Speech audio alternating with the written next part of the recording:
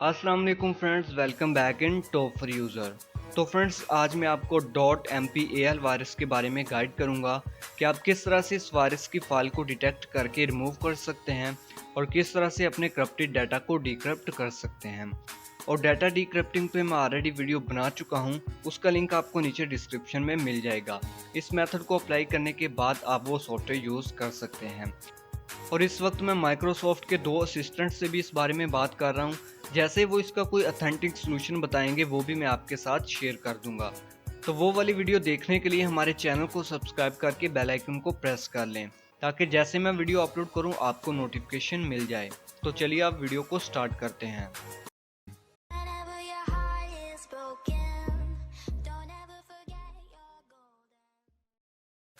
तो सबसे पहले आपने जाना है यहाँ से सर्च में, और यहाँ पर आपने टाइप करना है रन, और यहाँ से आपने रन प्रोग्राम को ओपन कर लेना है। इसकी शॉर्टकट की है Windows+R। आप इसे दोनों मेथड से ओपन कर सकते हैं। ओपन करने के बाद आपने यहाँ पर टाइप करना है msconfig और उसके बाद ओके कर देना है। ओके करने के बाद आपके पास कुछ इस तरह का बॉक्स ओपन होगा। यहाँ से आपने बूट सेक्शन में जाना है और यहाँ से आपने सेफ बूट को चेक करके ओके के बटन पे क्लिक कर देना है, और उसके बाद आपने यहाँ से रीस्टार्ट के बटन पे क्लिक कर देना है।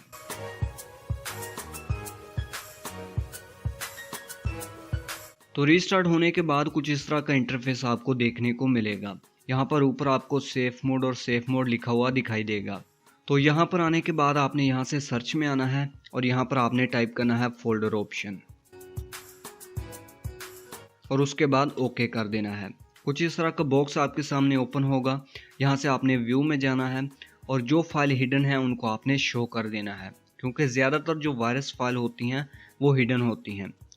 शो करने के बाद आपने जाना है यहाँ से पीसी के अंदर, और यहाँ से आपने सी ड्राइव को ओपन करना है, और यहाँ से आपने विंडो को ओपन करना है, और यहाँ पे आपने सिस्टम 32 वाला फोल्डर फाइंड करना है।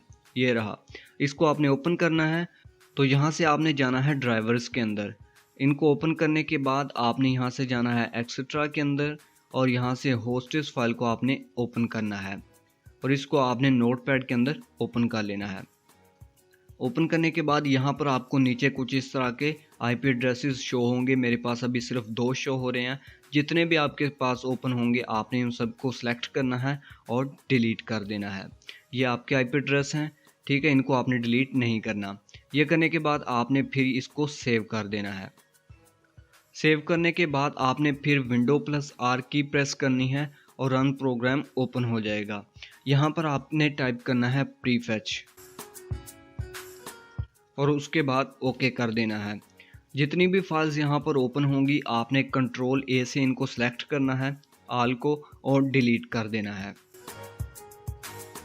और जो सिस्टम फाइल होंगी आपने उनको स्किप कर देना है, आपने उनको डिलीट नहीं करना। फिर आपने रन प्रोग्राम को ओपन करना है और फिर आपने टाइप करना है %temp, फिर % और ओके कर देना है। ठीक है, यहाँ पर भी जितनी फाइल्स ओपन होंगी कंट्रोल ए से आपने इनको सेलेक्ट करना है और इनको भी आपने डिलीट कर देना है। इनको डिलीट करने के बाद आपने फिर रन प्रोग्राम को ओपन करना है और फिर आपने टाइप करना है msconfig, और उसके बाद ओके कर देना है। तो फिर आपने यहाँ से बूट सेक्शन में जाना है और सेफ बूट को आपने अनचेक करना है और अप्लाई के बटन पे क्लिक कर देना है। फिर आपने यहाँ से ओके करना है और फिर आपने पीसी को रीस्टार्ट कर लेना है।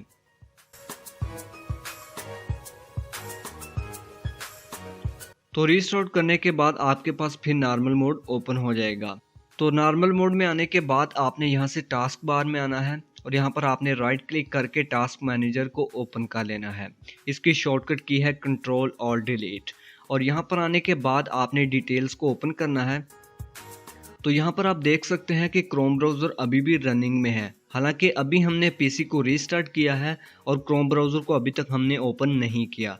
इट मीन कि इसके अंदर भी वायरस है, जो कि वायरस को ऑनलाइन सर्वर के साथ कनेक्ट करता है। आपने इस पर राइट क्लिक करना है और इसको एंड टास्क कर देना है। यहाँ से आपने एंड प्रोसेस करना है और ये सारी टैब आपने क्लोज कर देना है।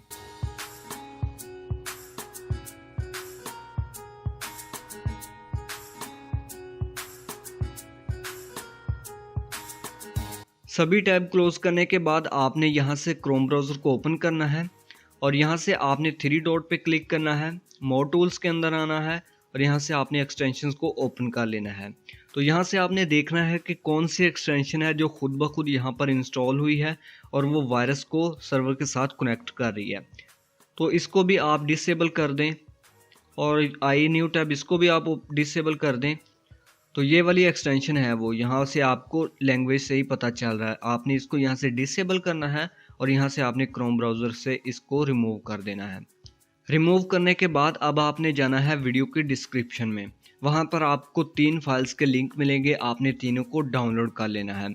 उसके अंदर जो फिक्स वाली फ़ाइल होगी आपने उसको सबसे पहले ओपन करना है और ओपन करने के बाद आपने यहाँ से फाइल पे क्लिक करना है, सेव एज़ पे क्लिक करना है और इसको आपने रीनेम करना है। फिक्स आपने ऐसे ही रहने देना है।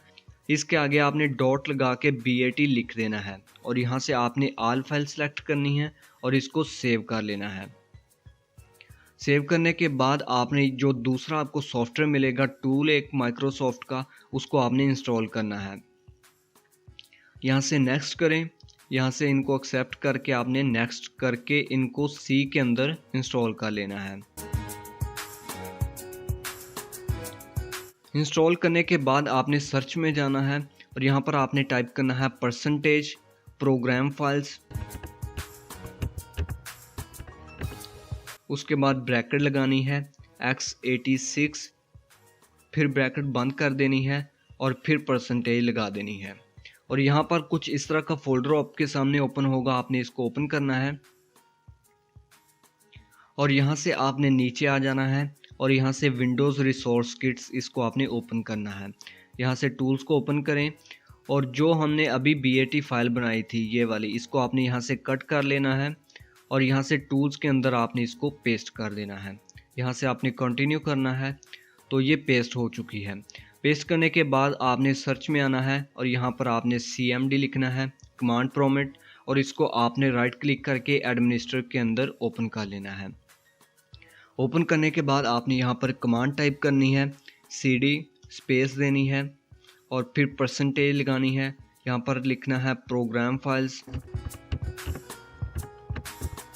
ब्रैकेट डालनी है x86, ब्रैकेट बंद कर देनी है।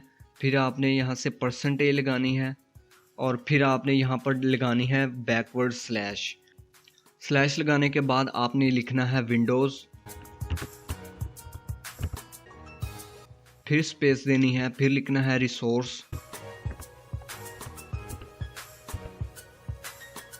फिर आपने स्पेस दे के लिखना है किड्स, फिर बैकवर्ड स्लैश डालनी है और फिर आपने लिखना है टूल्स।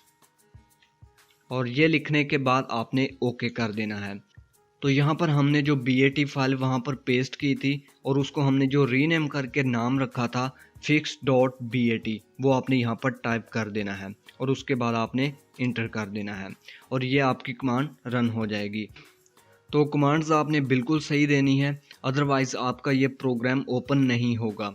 तो ये कमांड्स टाइप करके इसका लिंक आपको मैं नीचे डिस्क्रिप्शन में प्रोवाइड कर दूंगा, आप इसे वहां से डाउनलोड कर लीजिएगा। तो ये तकरीबन 10 से 15 मिनट का टाइम लेगा और उसके बाद आपकी डिक्रिप्टिंग स्टार्ट हो जाएगी। तो नेक्स्ट अगर मुझे इस बारे में कोई न्यू ट्रिक मिली या फिर कोई टूल मिला तो मैं उसके बारे में भी आपको ज़रूर बताऊंगा।